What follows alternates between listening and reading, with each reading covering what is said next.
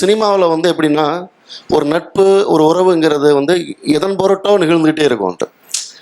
ஒரு நடிக்க வாய்ப்பு கேட்கறதுக்காகவோ இல்லைனா வந்து ஒரு படத்தில் டெக்னீஷியனாக ஒர்க் பண்ணுறதுக்காகவோ மட்டுமே இருக்கும்.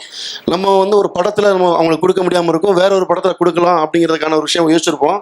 ஆனால் அவங்க நம்ம நட்பு வட்டத்தில் இல்லாமல் போயிடுவாங்க. ஆனால் யுகபாரதியில் நான் வேற ஒரு 2 பாடலாசிரியரோட எழுதின பிறகும் கூட யுகபாரதி அதே இன்னைக்கு வரை யுகபாரதி ஏன் கொடுக்கலாம் அவரும் கேட்கல. ஏன் யுகபாரதி எழுத ஆனால் ஒரு கதை இருக்குது. அது வந்து சில கதைகளை வந்து நம்ம மனசுக்குள்ளே பாதுகாக்கிறதா நல்லது வந்துட்டு. நான் பண்ணிக்கிட்டு இருக்க அந்த ஹபீபி படத்துக்கு வந்து இது முழுக்க முழுக்க ஒரு இஸ்லாமிய வாழ்வியல் பற்றிய ஒரு படம் வந்து. அப்போ வந்து இப்போ எல்லா கவிஞர்களுமே பார்த்தீங்கன்னா பாடலாசிரியர்கள் வந்து சங்க பாடல்களை குறித்து பேசுவாங்க, இது தமிழ் இலக்கியங்களை குறித்து புறநானூறோ நச்சினையோ.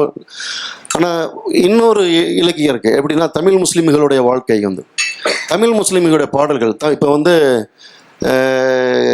காமு ஷெரீஃப்லேருந்து இறைவனிடம் கையேந்துங்கள் பாடல்கள் எழுதின சலீம்லேருந்து எவ்வளோ பேர் தமிழுக்கு கான்ட்ரிபியூட் பண்ணியிருக்காங்க. ஆனால் நம்ம தமிழ் இலக்கியத்துக்குள்ளே வரும்போது அவங்க இருக்க மாட்டாங்க. ஆனால் யுகபாரதி தொடர்ந்து வந்து அவர்களை குறித்து எழுதிக்கிட்டே இருப்பார்.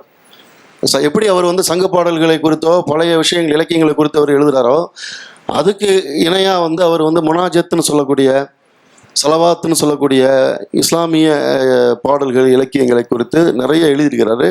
எனக்கு தெரிஞ்சு தமிழில் வேறு எந்த கவிஞரும் எழுதலைங்கிறது தான் உண்மை வந்துட்டு வந்து. இப்போ அதனால வந்து இப்போது ஹபீபியில் எல்லா பாடல்களும் அவர் தான் எழுதுகிறாரு.